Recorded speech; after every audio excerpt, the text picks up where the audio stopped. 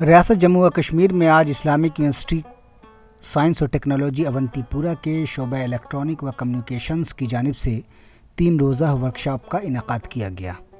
ये workshop 5G evolution to revolution के अनवान से मुनक़द किया गया। वर्कशॉप का इफ्तिताह गवर्नर के मुशीर खुर्शीद अहमद गनाई ने किया। इस मौके पर गवर्नर के मुशीर ने मेहमान खुसूसी और यूनिवर्सिटी के vice chancellor professor Mushtaq Ahmad Siddiqui ने मेहमान ज़ी-वक़ार की हैसियत से शिरकत की।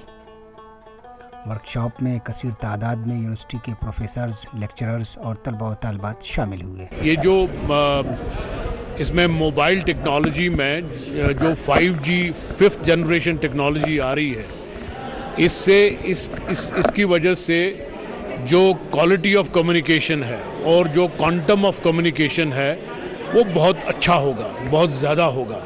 तो इससे बहुत फ़ायदा होगा हेल्थ केयर में, IT में, जो टेलीकॉम में, ऑटोमेटिकली कम्युनिकेशंस में, हर एक सेक्टर में।